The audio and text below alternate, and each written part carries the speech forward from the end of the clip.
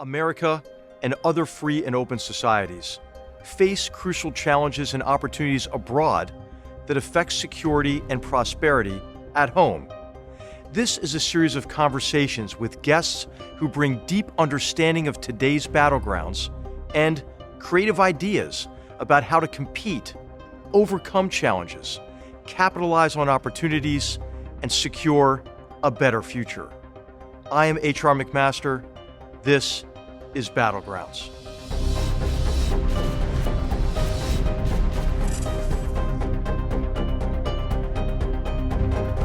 In this episode, HR McMaster speaks to Battlegrounds guest and former Prime Minister of Ukraine, Oleksiy Honcharuk, who is in Ukraine now, fighting for the freedom of his country alongside fellow Ukrainians as they confront a continued assault by the Russian military and the indiscriminate bombardment of Ukrainian cities. Oleksiy, hey, it is great to see you again. I just want to begin by telling you how much I admire your courage and the courage of your fellow Ukrainians. I mean, I think the entire world is impressed with your fight for freedom. So welcome back to Battlegrounds. And it is a real honor for us to see you. And I'm so glad you look well. I know you're under duress and your fellow Ukrainians are under duress, but it's wonderful to see you. Welcome. Thank you very much, HR. And hi from a real battleground. Now I'm in Kiev, and here we have a real war on our streets. So every hour I hear sounds like how the Russians shelling and bombing our cities. We have real like military contacts not far from the place I'm located now. So it's only a couple of kilometers. People are dying, and it looks like I even can't describe it. You know, nobody could imagine, I believe, like a half a year ago when we spoke with you, that we will have a full-scale invasion, full-scale war in the middle of Europe, and this is terrible, really terrible. You know, Oleksiy, I'd rather than start with any specific questions, can I just ask you how you see the situation? You know, how confident are you? What can you tell Americans and people around the world who just want to know how you see the situation from where you are in Kyiv? Look, first, it's not a regional conflict. It's not a war between Ukraine and Russia. It's a war for democracy. It's a war for the freedom. And Ukraine is only the main battleground in this war. The first idea by and he actually, Putin decided to invade Ukraine, to attack Ukraine, to destroy Ukraine, with an idea to solve Ukrainian question. It's like a Hitler. Hitler wanted to solve Jewish question.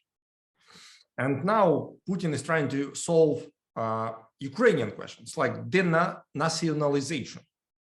It means that he wanted to destroy a nation, a peaceful nation, because of the freedom, because of our freedom, because we already like have chosen democracy as a model. And for Putin, the democracy, the freedom, free people as a neighbors, is a main threat. So that's why Ukraine was attacked. This is the first very important point I want to share.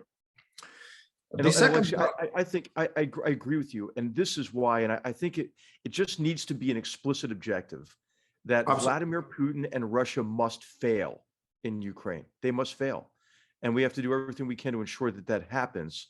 Go ahead. I didn't mean to cut you off, but I think you're right. The stakes are, of course, you know, higher than you can imagine for Ukrainians, but they're high for the whole free world. This is very important to understand, because Putin will not stop in Ukraine if we allow him to go further. Such countries like Moldova, Georgia, Baltic countries, even Poland are under threat. and for Putin, the model is a main threat, a main danger for his regime. Model, free people, free societies. This is why he decided to invade and to destroy Ukraine actually as a free and democratic country. There was no any reason to start this full-scale war, full-scale conflict. He failed already because his plan was to make us scared. And he saw that we should run away. It was his idea.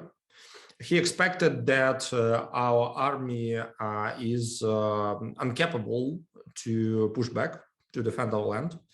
He thought that our society is going to meet them with the flowers. He thought that he will have some support, big support in our cities, in our country, but he failed. He miscalculated Ukrainians. He miscalculated democracy. And now we see that more than 90% of our population, of our society, support to our president. And our president wasn't scared, and he decided to fight, to stay in Kyiv, in the capital, not to run away. And this is very important symbol that Ukrainians are standing and are fighting for the land, but not only land. Because it's not a war for the land, it's not a war for territories, it's not a war for resources, it's a war for idea, for democracy. For us, it's absolutely critical and the main idea why we are fighting is to be a free and democratic and independent society. This is very important. And we will fight for these values till the end. Putin failed with his plans to kill our president, to capture our capital in a couple of days. And now he has a very complicated situation. Because the time is running against him, they are fighting on our land, in our home. And for sure, the local population, local governments, all Ukrainian people actually are ready to fight, and that's why Putin changed his tactics and his strategy. He understood that, he realized that he can't achieve his goals, military goals in a days. And he started to raise the state. So he is trying now to kill as much, as more civilians, as more peaceful people as he can. He's destroying hundreds of houses in Kharkiv, in Mariupol, in Chernihiv, so hundreds of houses. He's killing thousands of civilians. Just imagine this. In the middle of Europe, in a peaceful European, civilized, democratic country, he just destroying cities. And he will not stop. He will not stop if we will not stop him. Ukrainians are strong enough to fight on the land, but unfortunately, we don't have so big budget and so advanced technologies to fight them effectively in sky. So Russia is still having the overwhelming advantages in the sky, and they creating the main damage to our cities, to our civilians, to our infrastructure, our civilian objects from the sky. That's why our main demand and our main purpose now is to ask our Western allies to close the sky above Ukraine. This is very important. Okay, if you don't want to fight Russians in the sky and don't want to shoot their like aircrafts, jets, and so on and so forth, we understand it. But protect us from missiles, from the missile strikes. It's I understand that it's a complicated decision, but one more time, like the alternative is a thousands like people are dying every day. So I think that it's only a question of a time. So NATO will be involved in this war, and if even not, Russia think that you already involved. So in the Russian world, in the Russian propaganda, in their heads, you already involved. You already like support us with the weapons, with the resources, and you already enemies. You already enemies. And it's only a question of a time when they will attack your aircrafts and your bases, and they will kill your people. I believe that now it's very important to make economic sanctions stronger and as tough as possible. I believe that existing economic sanctions is not enough. We need absolutely total SWIFT ban. We need absolutely total embargo, trade hydrocarbons. Yeah, absolutely. It's like, guys, no go, no trade. It's like it's not a matter of trade. It's not a matter of, I don't know, a price. It's not about money. It's about like thousands of people dying every day. And until these crazy strongmen, until Putin will stop just like killing thousands of people every day in the peaceful cities, in Kharkiv, in Mariupol, in Chernigiv, my I believe native city. You shouldn't even think, I think. I believe that the only possible reaction of a civilized world is a total economic isolation, just total economic isolation, and military support, not to fight Russians directly, but to make sure that our cities are protected and our humanitarian corridors are protected from these that they can't continue to bombard cities and commit mass murder of innocent people, right? That's the tactic he's using, isn't it, Oleksiy? After he was unable to win this quick victory because of the courageous and effective defense by the Ukrainian military and the territorials and the people broadly, he changed his tactics, it seems. But of course, they're still driving, right? They're still driving on Kyiv and other cities. Mariupol is under siege. What is your assessment of Ukrainian defenses? Are you going to be able to hold out against the Russians? What are your plans? So we've heard you, and I want to recap. We need all sanctions now, right? This is a matter of life and death. It's time to stop, holding anything back. The second is deny Russia the use of the air, the use of the air with impunity to commit mass murder. And of course, there are many ways to do that. There could be a no-fly zone, NATO. It could be the provision of these MiGs, but it could also be more sophisticated and longer-range air defense systems as well. So. This is what I'm hearing from you, what you need most desperately. But of course, now that the tactic has changed, you still have to defend the city, but you also have to be able to strike their artillery and their rocket launchers and cut off their convoys, choke them off. What's your assessment of the campaign? How's it going from the Ukrainian military and the perspective, the territorials, and of course, what's the will of the people? I think there are three levels of resistance right now, right? The military, the territorials, and the people. What's your assessment across those three? About territories, I believe that Russians don't control territories. They can control some administrative buildings.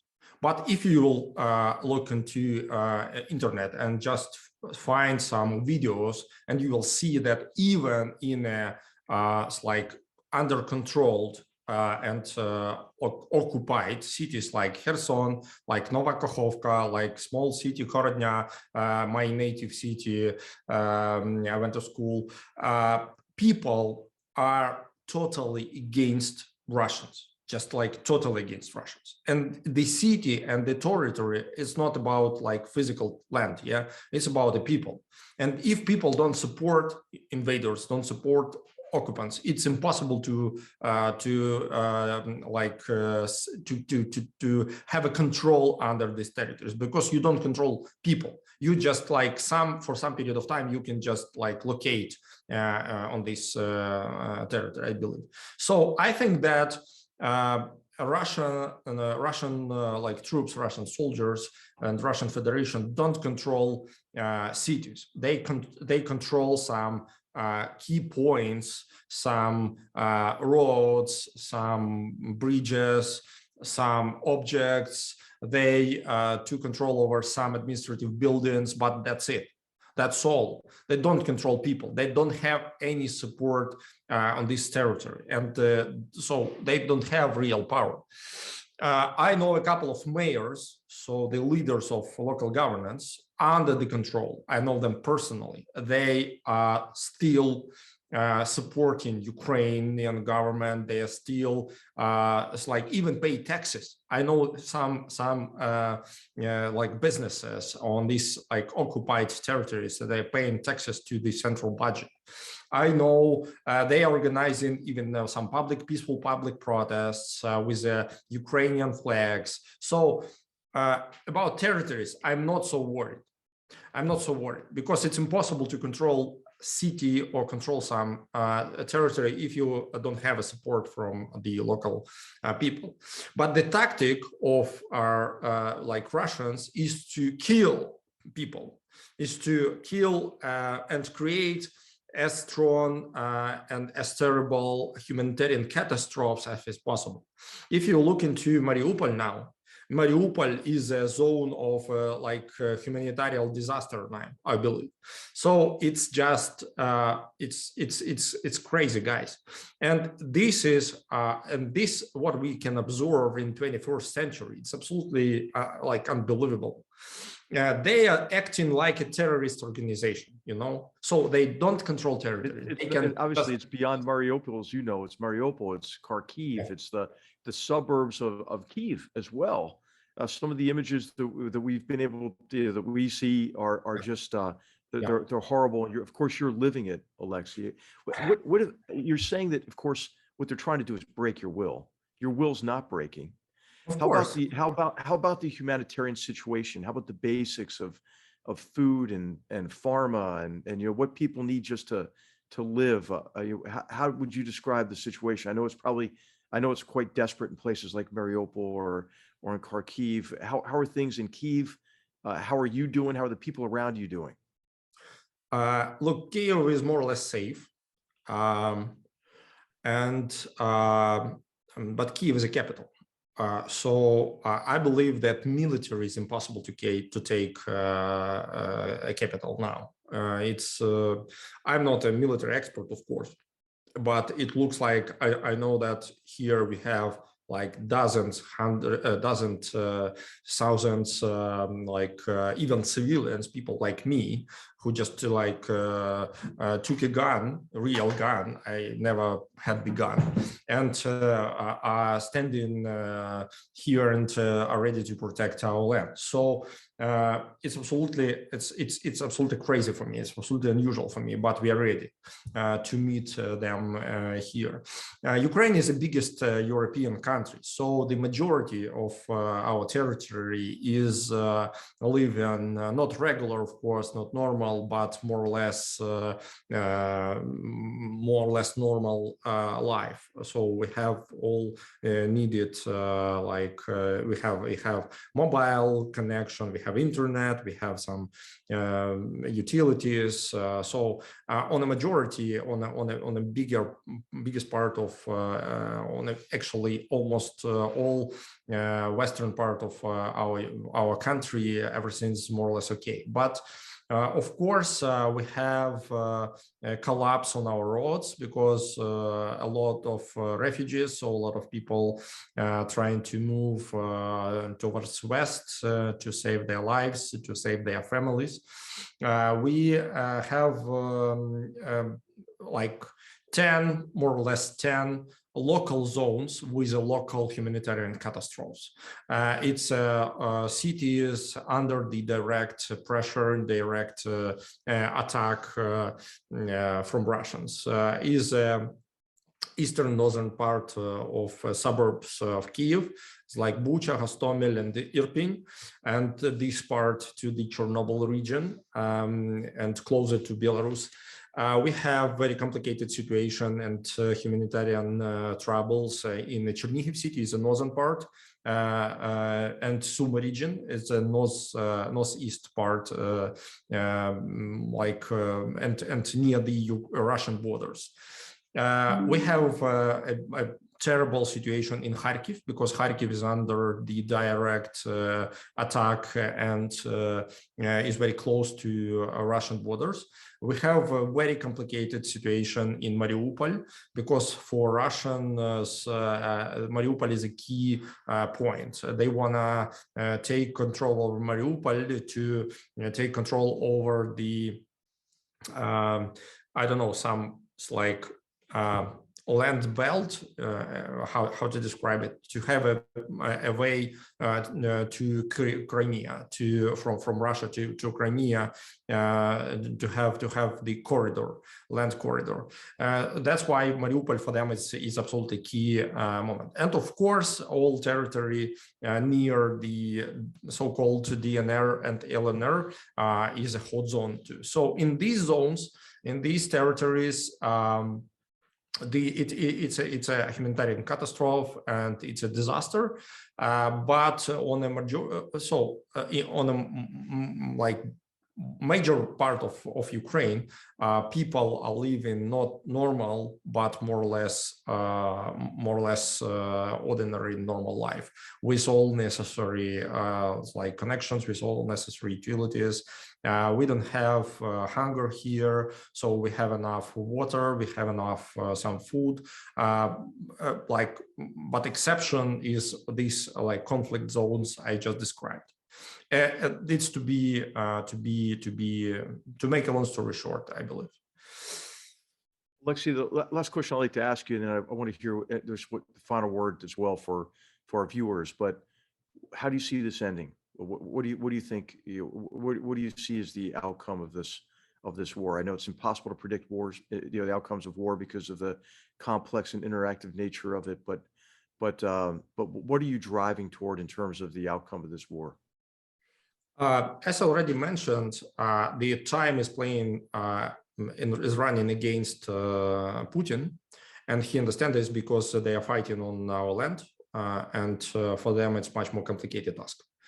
Of course, I believe, I'm sure that we have strong enough army and strong enough troops, and we have a lot of very motivated like civilian people like me who are ready to fight till the end.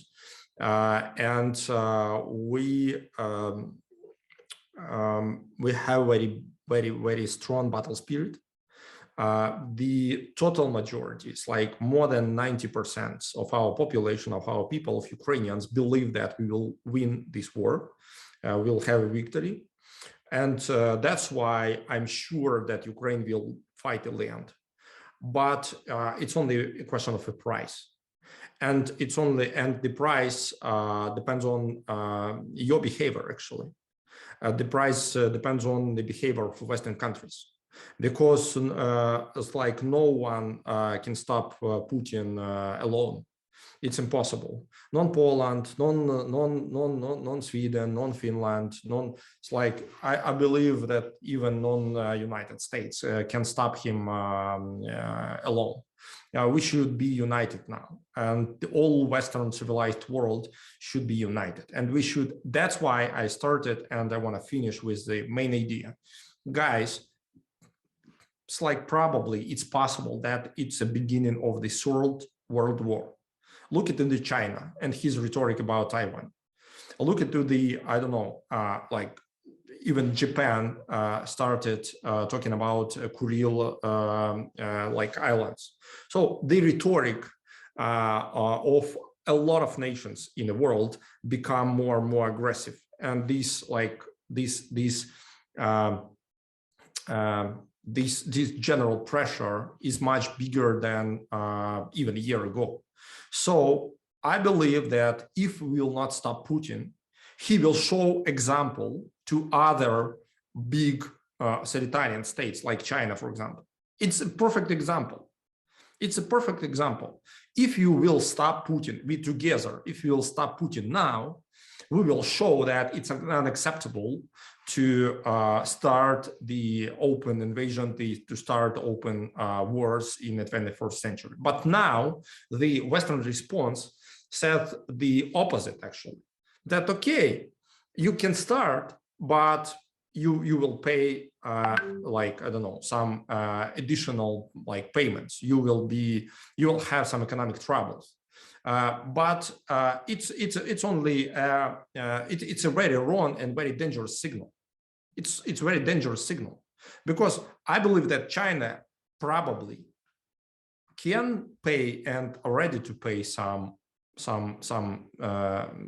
money and to experience some troubles, economic troubles, if this is only response from the West and contain them from a possible war against Taiwan.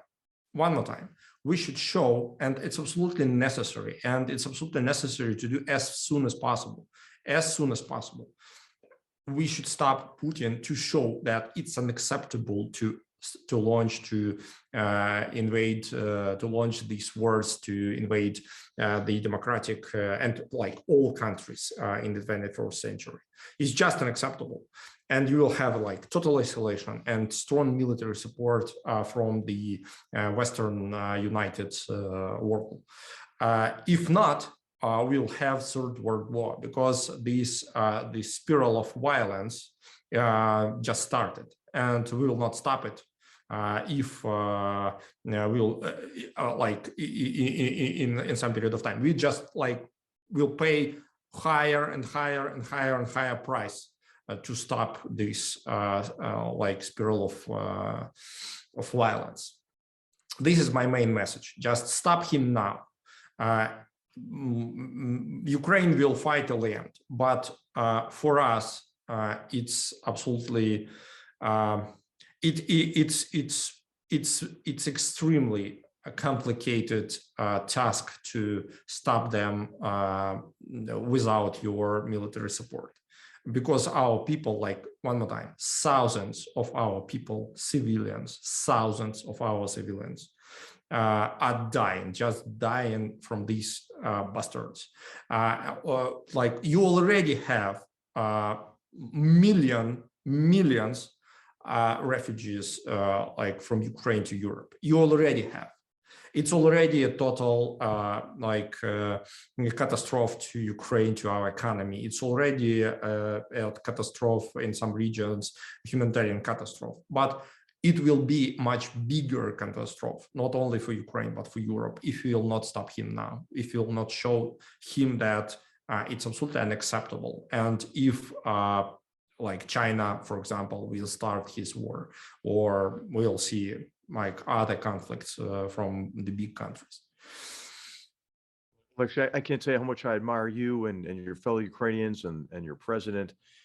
We all stand in awe of you. I agree that we all have to do more to ensure that Russia can't commit mass murder with impunity, economically, militarily. I think it's time to designate Russia as a state sponsor of terrorism. And I can't tell you how much I wish I was there with my old tank crew, Oleksiy, to support you. But I admire you and your fellow Ukrainians tremendously, and I can't tell you how much I appreciate you joining us to give us your perspective on the war and obviously the prospects for the future. So, thank you, Oleksiy. It's a pleasure to have you back on Battlegrounds. I wish you a peaceful sky above you, dear friend, and share this message to all like Western elite, United States elite. You know that we should stop him as soon as possible, because it's not about Ukraine. It's about the war for democracy. We are fighting for freedom and for independence. and we are not alone already, but we need some direct help to stop him. Minister Honcharuk, God bless you. Thank you for joining us. Thank you very much. Battlegrounds is a production of the Hoover Institution, where we advance ideas that define a free society. For more information about our work, to hear more of our podcasts, or view our video content, please visit hoover.org.